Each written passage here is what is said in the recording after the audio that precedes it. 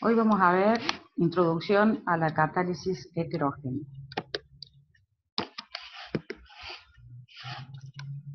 La catálisis heterogénea es conocida desde aproximadamente mitad del siglo XX. Se desarrolló fundamentalmente con el desarrollo, la aparición de la industria del petróleo. Para refinar el petróleo hacen falta varios procesos en los cuales se utilizan catalizadores. A partir de esos procesos, el desarrollo de los catalizadores tuvo un gran auge, especialmente en las torres de craqueo y de hidrotratamiento, que utilizaban catalizadores sólidos, fundamentalmente o principalmente zeolitas. Es decir, que los catalizadores tuvieron un gran desarrollo en esa época en aplicaciones en combustible para sintetizar fibras sintéticas, aceites, plásticos, etc. Esto generó un gran ahorro energético, financiero y facilitó la producción de productos cada vez más puros y con mayor rendimiento. La catálisis, existen tres tipos de catálisis: catálisis homogénea, catálisis heterogénea y catálisis enzimática. La catálisis homogénea es en la cual todas las especies de la reacción están en solución, es decir, tanto los reactivos como los productos como el catalizador están en la misma fase. En general están todos en solución. Por lo tanto, el catalizador homogéneo puede ser una sustancia sólida o líquida, pero que se encuentra en una solución acuosa o de algún otro solvente. Lo que nosotros observamos a simple vista es una sola fase. En el caso de la catálisis heterogénea, observamos dos fases o tres fases. En la catálisis heterogénea, el catalizador siempre es la fase sólida, es decir, el catalizador está en estado sólido. La otra fase puede ser líquida o gaseosa, o estar las tres fases: el catalizador sólido, haber una parte de una fase líquida y otra parte de la fase gaseosa. Los reactivos pueden estar en fase gas, en solución o en ambos, pero siempre tienen que estar en contacto con el catalizador. De alguna manera tienen que estar absorbidos sobre la superficie del catalizador. Más adelante vamos a definir lo que significa la absorción. En el caso de la catálisis heterogénea, es muy importante que el catalizador sea insoluble en el sistema de reacción, porque si nosotros utilizamos algún solvente o algún reactivo que solubilice a nuestro catalizador sólido, lo vamos a tener en fase homogénea. Entonces, de esta manera dejaríamos de tener una catálisis heterogénea. Entonces tenemos que tener mucho cuidado a la hora de elegir el solvente y el catalizador que sea adecuado, de manera que sea insoluble en el sistema de reacción. El catalizador sólido va a tener ciertas partes que se van a denominar sitios activos. Es decir, que ciertas zonas de ese catalizador sólido van a ser los sitios activos o el verdadero catalizador de la reacción. Existe también una tercera catálisis que se llama la catálisis enzimática, donde las enzimas son los catalizadores. Esto ocurre mucho en los seres vivos, en los seres humanos, en las plantas, en los animales, etc. En esta materia vamos a ver catálisis heterogénea. Nosotros no vamos a ver ejemplos ni definiciones de catálisis homogénea. Muchas de las definiciones son similares en la catálisis homogénea y heterogénea, pero nos vamos a basar específicamente en la catálisis heterogénea. Todos los catalizadores que vamos a definir y que vamos a estudiar son catalizadores sólidos, y nos vamos a centrar en la absorción de los reactivos y los productos en esa superficie de ese sólido. Antes que nada, vamos a definir lo que es un catalizador. La definición de un catalizador es general para cualquier tipo de catálisis. Entonces, ¿qué es un catalizador? Nosotros podemos encontrar en la bibliografía varias definiciones. Siempre, o todos sabemos, que un catalizador es una sustancia que aumenta la velocidad de una reacción química. Aumenta la velocidad. es decir, va a estar afectando la cinética de la reacción química. Seguramente habremos leído o escuchado por ahí que un catalizador aumenta la velocidad de la reacción, pero no puede modificar el equilibrio de la reacción.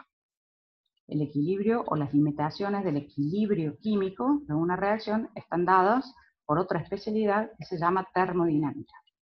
Es decir, el catalizador, que va a afectar la cinética de la reacción, no puede afectar la termodinámica de la reacción. Lo único que puede hacer un catalizador es hacer que aumente la velocidad en la cual se llega al equilibrio. Y ahí llegamos a una de las definiciones más aceptadas que vamos a encontrar en bibliografía, que dice que un catalizador es una sustancia que, sin estar permanentemente involucrada en la reacción, incrementa la velocidad con la que una transformación química se aproxima al equilibrio. Y aquí vemos en esta definición que hablamos de velocidad, es decir, de la cinética de la reacción. Quiere decir que nosotros, cuando estudiemos catálisis, vamos a tener que estudiar esta especialidad de la ingeniería química, que es la cinética. Pero nunca nos vamos a poder olvidar de otra especialidad que es la termodinámica, porque si vamos a tener que conocer cuál es o dónde está o cuál es la posición del equilibrio químico para saber si una reacción no puede avanzar más allá por una cuestión cinética, o sea, de velocidad, o por una cuestión termodinámica. Muchas veces podemos confundir que una reacción, podemos decir que una reacción no ocurre porque termodinámicamente es imposible. Sin embargo, a veces esa reacción termodinámicamente es posible, solo que es muy lenta, terriblemente lenta. Hay reacciones que ocurren en años, en miles de años, en millones de años. Sin embargo, con un catalizador, esta reacción puede ocurrir en días, en horas, en minutos y a veces en segundos. Es decir, el catalizador entonces incrementa la velocidad de la reacción y hace que se aproxime o alcance ese equilibrio de manera más rápida. También dice que un catalizador es una sustancia que hace todo esto que dijimos sin estar permanentemente involucrada en la reacción. Esto quiere decir que el catalizador va a estar involucrado en la reacción, pero al final de la reacción él no puede o no va a formar parte de los productos. Eso es lo que nos tiene que quedar más claro.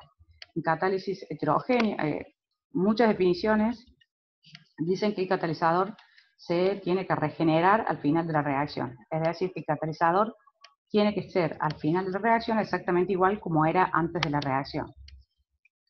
Nosotros en catálisis heterogénea, como estamos hablando de un sólido que tiene distintos componentes, muchas veces al final de la reacción este sólido, se ve afectado y ocurren cambios en su estructura o en su composición.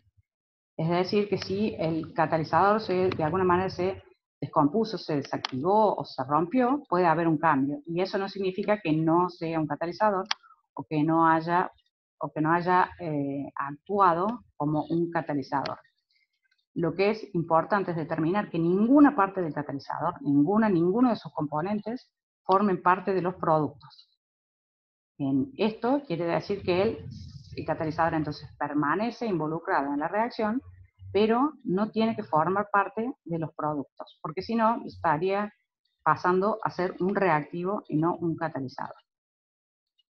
Si el catalizador puede regenerarse al final de la reacción, esto sería lo ideal. Vamos a ver más adelante que esto no siempre es posible, pero digamos, lo ideal sería que el catalizador termine la reacción siendo lo más parecido a lo que era al empezar la reacción, sobre todo por una cuestión económica, cuestión de costos.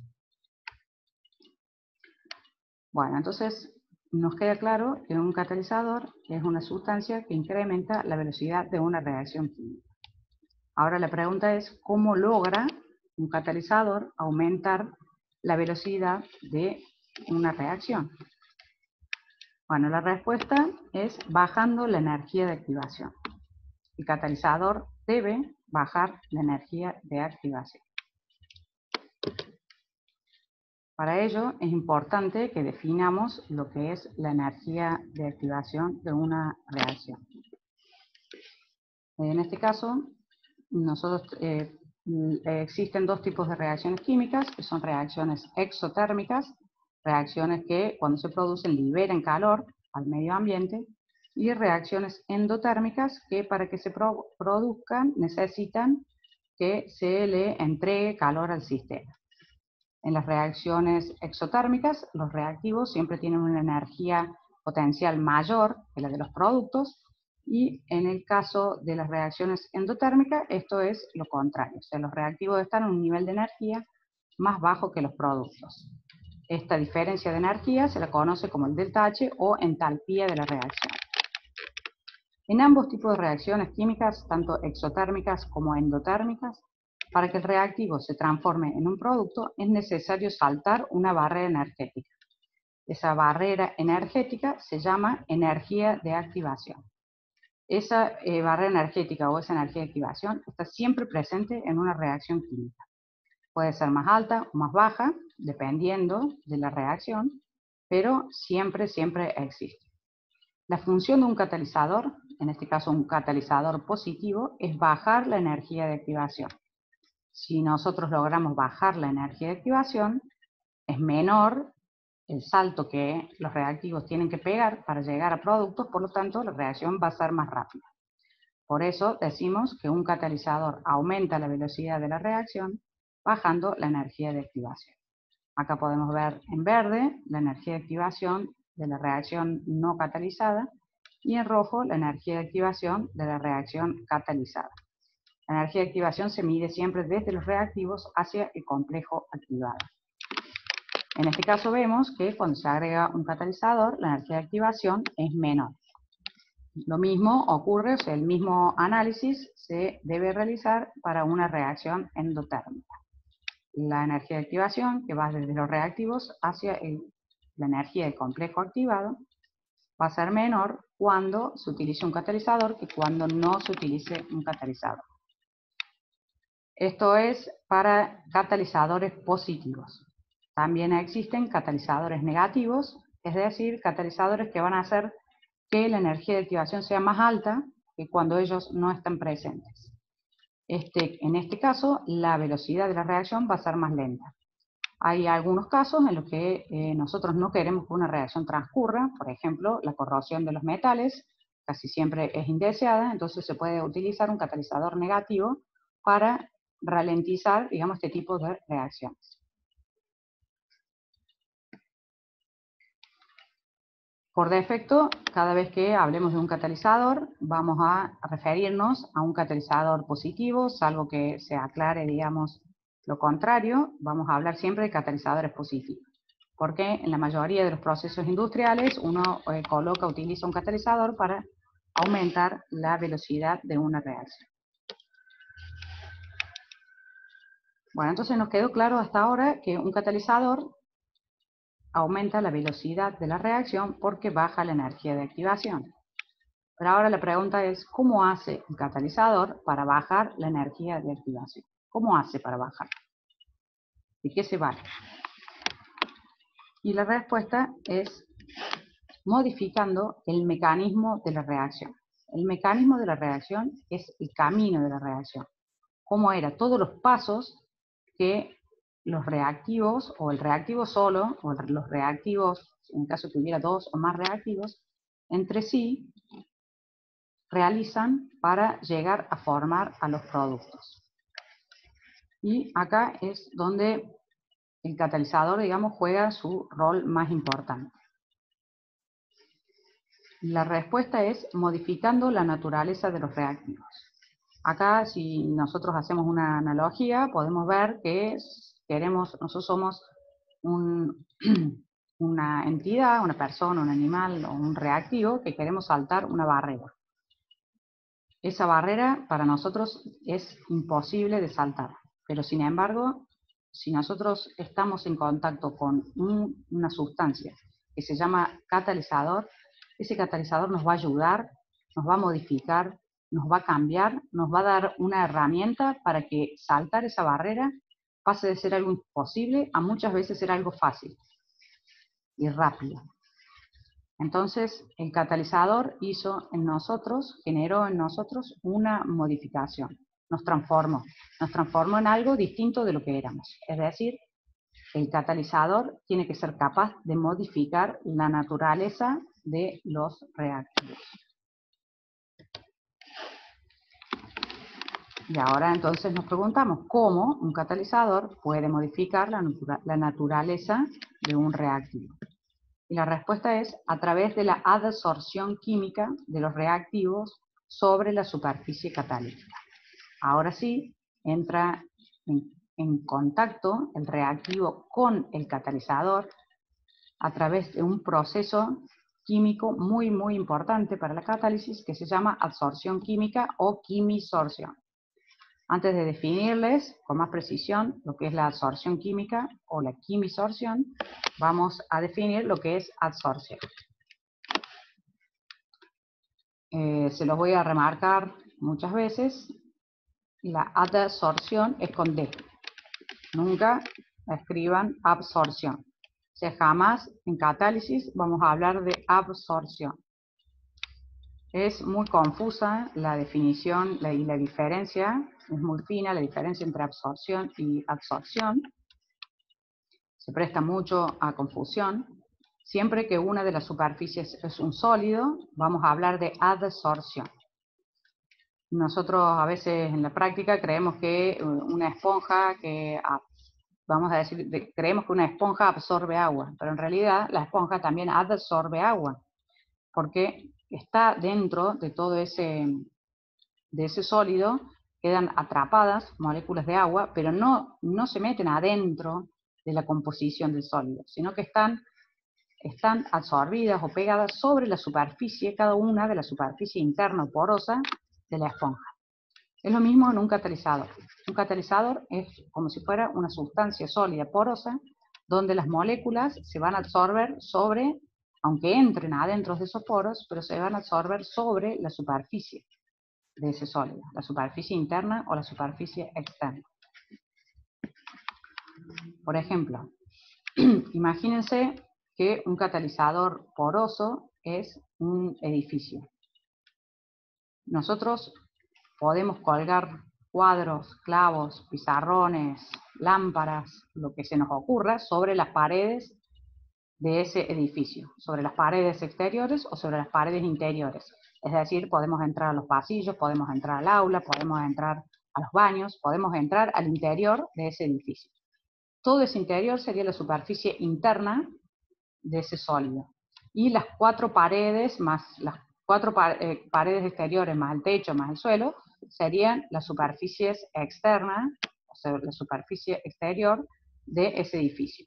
Superficie exterior más superficie interior es la superficie total de ese edificio. Pero nosotros no vamos a meter ni un cuadro, ni un pizarrón, ni un clavo, ni una lámpara adentro de las paredes. Es decir, no vamos a penetrar los ladrillos para colocar cosas. Lo mismo ocurre en la absorción. Las moléculas no se meten adentro de las paredes de ese sólido, sino que se pegan sobre las superficies externas o internas de ese sólido. Es importante que entiendan bien cuál es el fenómeno de absorción, porque es la base de la catálisis heterogénea. La absorción con B larga solamente existe es un gas en el seno de un líquido. Cuando un gas es capaz de introducirse o absorberse o disolverse en el seno de un líquido, ese es el único caso en el que se habla de absorción con B larga. Si no, vamos a hablar siempre de adsorción. En esta materia vamos a hablar siempre de adsorción. La absorción, entonces, puede ocurrir en una molécula líquida o una molécula líquida en solución o una molécula gaseosa sobre la superficie de un sólido. En este caso, esta es la superficie del sólido. La molécula puede ser elástica, es decir, que puede chocar contra la superficie y rebotar, no absorberse. O puede ser inelástica, que puede chocar contra la superficie del sólido y absorberse un cierto tiempo. Cuando esto ocurre, decimos que ocurrió la adsorción. Sobre una superficie va a haber una fracción de la superficie cubierta por moléculas, a esa fracción se la denomina tita.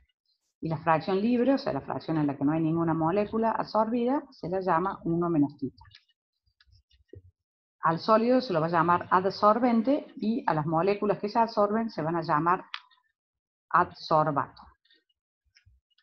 La adsorción no es un fenómeno estático, es decir, una molécula no viene, choca contra la superficie de un sólido y se queda ahí estática, quieta, esperando un tiempo para después salir. Nosotros sabemos que en química nada es estático, todo es dinámico. Entonces la adsorción es un proceso en el cual las moléculas se absorben y se desorben. O sea, durante todo el tiempo las moléculas se están absorbiendo y desorbiendo.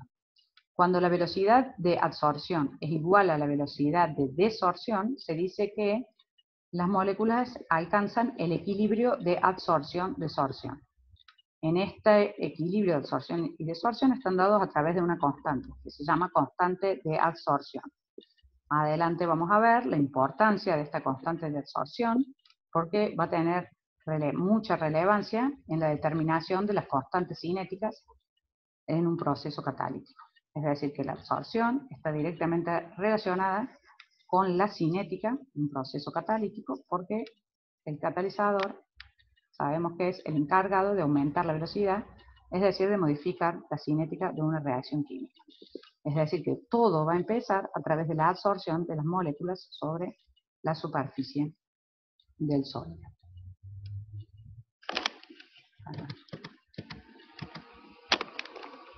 Aunque lo correcto es hablar siempre de equilibrio de absorción-desorción para ahorrarnos palabras.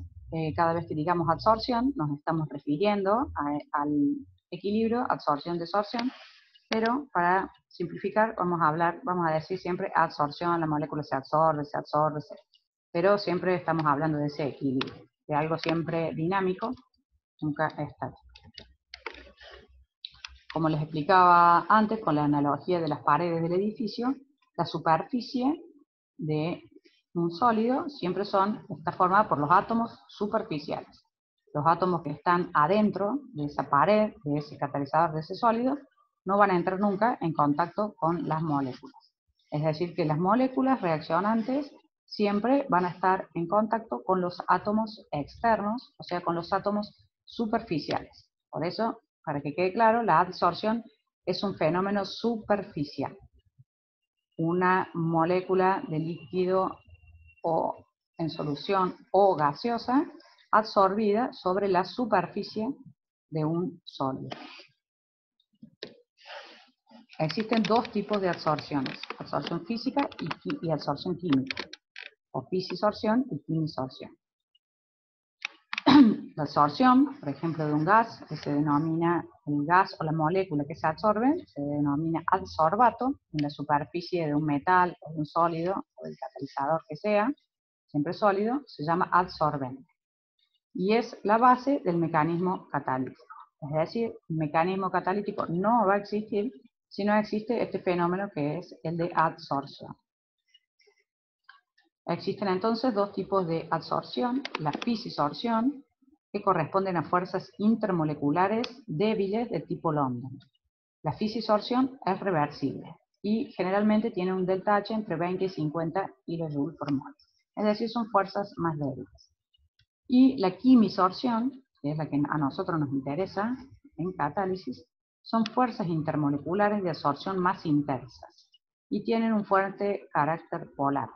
La desorción es más difícil, mucho más difícil que en la fisisorción, y el delta H de absorción llega hasta los 200 kJ por mol. Nosotros podemos identificar, de acuerdo a la medición de los calores de absorción o de la entalpía de absorción, si estamos hablando de quimisorción o de fisisorción. Es importante conocer algunas otras diferencias entre ambas. La quimisorción es específica, es decir, tiene especificidad porque depende de la naturaleza del absorbato y de la naturaleza del absorbente. Es decir, la quimisorción depende de quién es la molécula y de quién es el sólido y de cómo es la superficie de ese sólido en el cual se va a ocurrir la quimisorción, porque la quimisorción es una pre-reacción química. Es decir, en la quimisorción va a haber un enlace químico, va a haber una reacción química. Sabemos que una reacción química no ocurre entre dos reactivos cualquiera, sino que tiene que haber una afinidad electrónica entre esos dos reactivos para que pueda ocurrir esa reacción química. Por eso se dice que es específico. Y como es una reacción química, por supuesto que tiene un enlace químico. Esto no existe en la fisisorción. La fisisorción no es específico, no hay reacción química, es decir, cualquier molécula se puede fisisorber sobre cualquier superficie. Esto ocurre generalmente a través de fuerzas intermoleculares, como las fuerzas de Van der Waals, y a bajas temperaturas. Es decir, que a bajas temperaturas cualquier molécula puede ser fisisorbida sobre una superficie cualquiera, pero no cualquier molécula puede ser quimisorbida sobre una superficie cualquiera. Debe haber una afinidad electrónica entre el adsorbato y el adsorbente, porque va a haber una reacción química. Como va a haber una reacción química, puede haber un desprendimiento de calor o un consumo de calor. En general, la quimisorción en la mayoría de los casos desprende calor. Entonces, la quimisorción en la gran mayoría de los casos es exotérmica. Y como es una reacción química, por supuesto, tiene energía de activación. Ya dijimos con anterioridad que toda reacción química tiene una determinada barrera de energía que tiene que salvar y que se llama energía de activación. Entonces, el criterio de distinción entre la quimisorción y la absorción física son la diferencia entre los valores absolutos de los calores de absorción. En el caso de los calores de quimisorción están entre 200 y hasta 800 kJ por mol, y los calores de la absorción física son entre 20 y 50 kJ por mol, mucho más bajos. Energía de activación, en el caso de la quimisorción sí la hay, porque es una reacción química, por lo tanto tiene energía de activación. No es una reacción química la fisisorción, por lo tanto no tiene energía de activación. La temperatura de quimisorción, en el caso de la quimisorción, depende de la energía de activación, y en el caso de la absorción física, depende solamente del punto de ebullición, es decir, del tamaño de la molécula, del punto de ebullición, va a depender la temperatura a la cual se absorben más o menos las moléculas. El número de capas formadas, en el caso de la quimisorción, es la monocapa, porque como es una reacción química, las moléculas tienen que estar en contacto directo con la superficie. En el caso de la absorción física puede ser más de una capa, que se llama multicapa, porque las fuerzas de atracción de Van der Waals pueden, digamos, atravesar las capas y seguir atraídas a través de esa fuerza electrostática. Digamos, la diferencia entre cargas positivas y negativas pueden atraer, por lo tanto la absorción física es posible en la multicapa y la absorción química es posible solamente en la monocapa. Durante la quimisorción, no sé si esto se ve.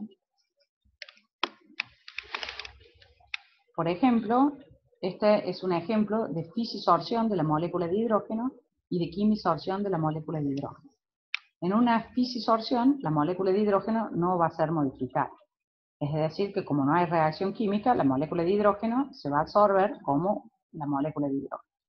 En cambio, la quimisorción de una molécula de hidrógeno, como hay una reacción química, esto puede provocar la disociación homolítica de la molécula de hidrógeno en sus átomos. Y acá vemos que el hidrógeno puede ser absorbido, quimisorbido, como un protón y un hidruro, por ejemplo. Fíjense, de esta forma, la molécula de hidrógeno ahora se transforma en un protón y un hidruro, es decir, cambió por completo su naturaleza. Antes era una molécula y ahora son especies, hidruros cargados con un electrón o un protón. Son dos especies que son completamente distintas y que ustedes se pueden imaginar que un hidruro, un protón, puede ser mucho más reactivo que una molécula de hidrógeno solo. Es decir, que el catalizador, a través de la quimisorción, transformó a una molécula estable en dos partículas completamente inestables, capaces de reaccionar. Esta es la base de las reacciones de hidrogenación. Las hidrogenaciones por lo general son muy lentas sin catalizador y pueden llegar a ser muy, muy rápidas en presencia de un catalizador. Precisamente porque el catalizador cambió la naturaleza del hidrógeno, lo transformó en dos especies reactivas estas especies reactivas que están en contacto con la superficie catalítica, ahora sí son capaces de reaccionar con otras moléculas que se acerquen a la superficie e hidrogenarlas. Es decir, que acá vemos un ejemplo muy simple de cómo el catalizador cambia la naturaleza de un reactivo, cambia el camino de la reacción y acelera la velocidad de la reacción, bajando la energía de activación. En resumen, podemos decir que la quimisorción es una prereacción química entre la molécula de reactivo y la superficie catalítica. En la mayoría de los casos, la quimisorción es exotérmica. Esto es muy importante, porque al ser exotérmica, cuando la molécula se quimisorbe sobre la superficie catalítica, libera calor. Esta liberación de calor permite la disminución de la energía de activación de la reacción global, aumentando así la velocidad de la reacción. Es decir, si nosotros necesitábamos, por ejemplo, 10 kJ, saltar 10 kJ, y la quimisorción nos va a liberar 5 kJ, nos quedarían solamente 5 kJ por saltar. Es decir, que la quimisorción bajó a la mitad la barrera energética necesaria. Es decir, que matemáticamente de esta forma lo hace. Al ser la quimisorción exotérmica y liberar calor, ese calor liberado es el calor que va a utilizar el sistema para poder saltar la energía de activación. De esta manera, el calor de quimisorción siempre va en un signo negativo de la energía de activación, y la energía de activación global de la reacción siempre va a ser más baja, porque le vamos a restar el calor de quimisorción. Mientras más grande sea ese calor de quimisorción, o sea, mientras más grande sea la energía liberada durante la quimisorción o la prereacción química, más fácil va a ser el salto energético después para lograr la reacción química deseada, que es entre los reactivos para dar los productos.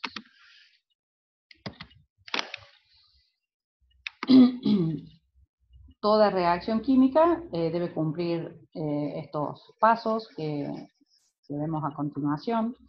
Es decir, tiene que haber un transporte, una transferencia de masa desde los reactivos hasta la interfase. La interfase es donde empieza la superficie del catalizador. En esa interfase entre la fase líquida o gaseosa del sistema reactivo y el catalizador, va a ocurrir la adsorción o la quimisorción de los reactivos sobre el catalizador. Una vez que ocurrió la quimisorción de los reactivos sobre el catalizador, va a empezar la reacción superficial propiamente dicha. Ahí va a ocurrir A más B que da C, y eso se lo conoce como la reacción superficial propiamente dicha. Luego que A más B reaccionen y se formen los productos, estos productos deben ser capaces de desorberse de la superficie catalítica y volver al seno del gas o del líquido.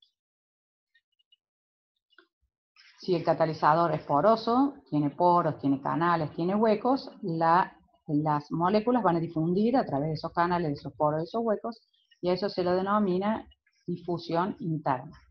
La difusión externa es de los reactivos hacia la interfase o desde el catalizador hacia el seno del gas durante la desorción.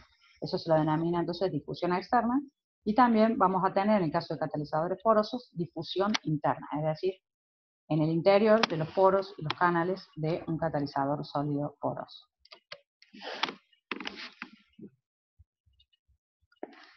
La absorción de los reactivos puede ser monomolecular o bimolecular, es decir, monomolecular, una sola molécula que se absorbe; bimolecular, dos moléculas distintas que se absorben sobre una superficie catalítica.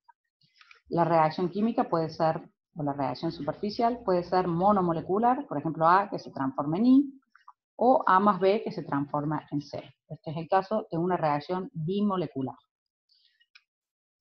El producto C o I tiene que ser capaces de desorberse y luego difundir a través del seno del líquido o del gas.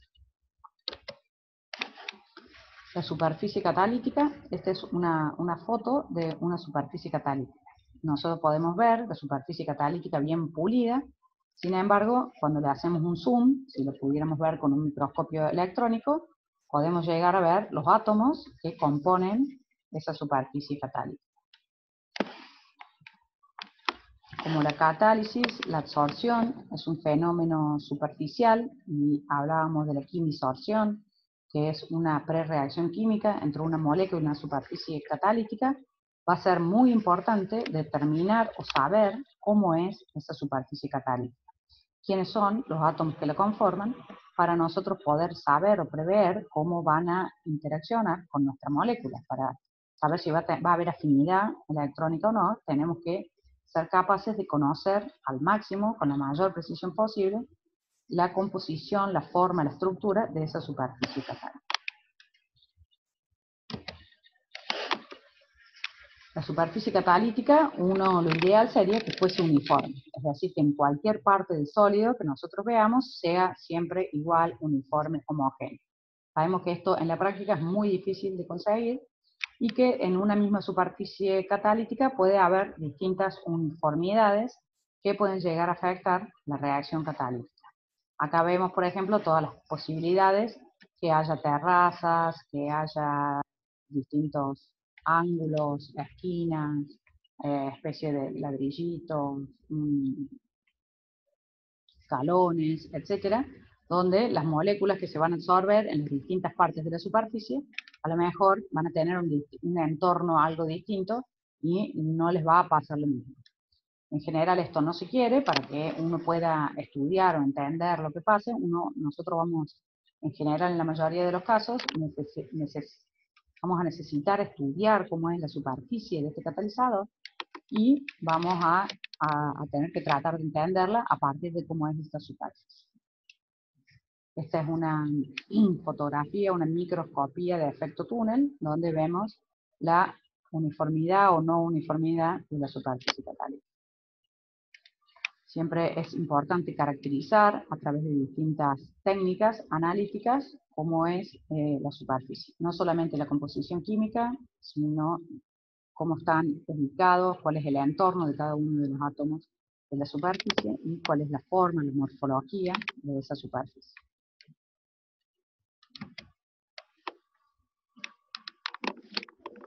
En resumen, podemos decir que la catálisis heterogénea, las características generales es que los catalizadores, por ejemplo metálicos, se pueden usar en forma de polvos, de partículas, de hilos, de láminas, de películas o de monocristales.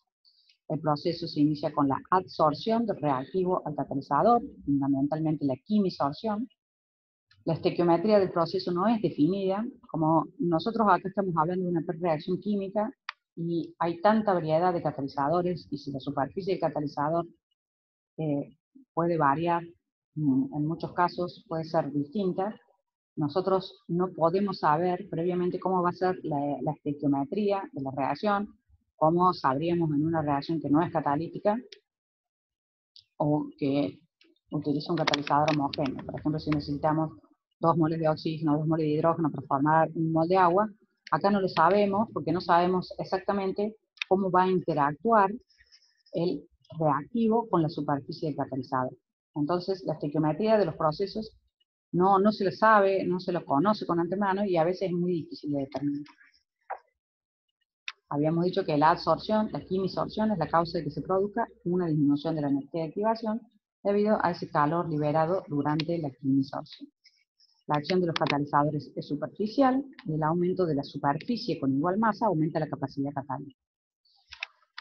Como la acción de los catalizadores es superficial, como lo venimos diciendo hasta ahora, el hecho de que un catalizador pueda tener una superficie específica, un área específica por gramo mucho mayor, me va a dar mayor posibilidad de que las moléculas puedan absorberse en esa superficie y transformarse. Este es un ejemplo de la hidrogenación del eteno. Aquí podemos ver el hidrógeno, es el mismo ejemplo que les mostraba antes.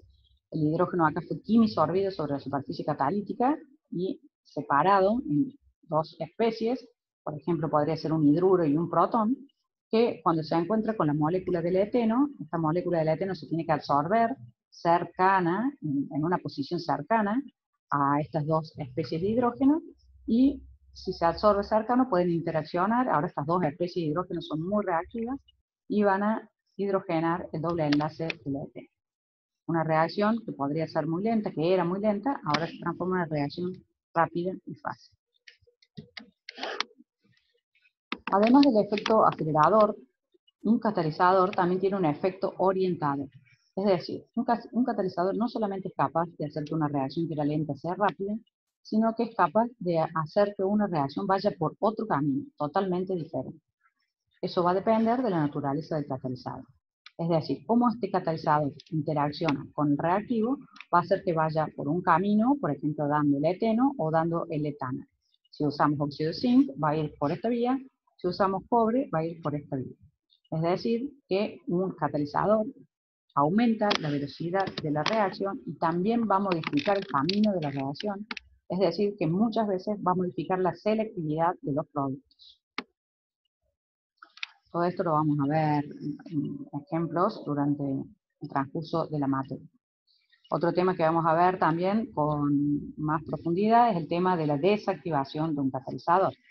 Nosotros sabemos que un catalizador no dura para siempre, sino que tiene una vida limitada, que se la denomina vida útil, y a través de las reacciones y de los distintos ciclos catalíticos va perdiendo la eficacia, va disminuyendo la cantidad de sitios activos, que es donde transcurre la reacción superficial. Esto puede ser por muchos motivos, entre ellos puede ser la formación de coques, sintetizado, o la presencia de sustancias inhibidores que inhiben o envenenan a los catalizadores, haciéndolos que sean cada vez menos eficientes y que no cumplen su función. Todos los tipos de desactivación y regeneración de catalizadores lo vamos a ver en clases siguientes. Dentro de los catalizadores sólidos más utilizados en la actualidad tenemos las zeolitas, son muy conocidas, son muy versátiles, son muy dúctiles, y las zeolitas son aluminosilicatos de metales del grupo 1 y 2. También tenemos óxidos metálicos como el óxido de titanio en sus dos fases, anatase y rutilo, la sílice, la alúmina, aleaciones de aluminio y níquel, que comercialmente se lo conoce como níquel Raney. También tenemos las perovskitas, que son granatos de calcio con el átomo de oxígeno dispuesto en el centro de las caras. Tenemos los materiales mesoporosos, los silicatos mesoporosos, las SBA, las MCM, los carbones mesoporosos, etc. Heteropoliácidos son catalizadores ácidos constituidos por una combinación muy particular de hidróxido y de oxígeno con determinados metales y no metales. Todos estos también ya los vamos a ver más adelante con más detalle. Hidrotalcitas, que son catalizadores que están constituidos por láminas formadas por hidróxidos de magnesio y de aluminio. Como estos son los catalizadores o soportes de catalizadores comerciales más utilizados, a todos ellos lo vamos a ver con más detalles en las sucesivas clases.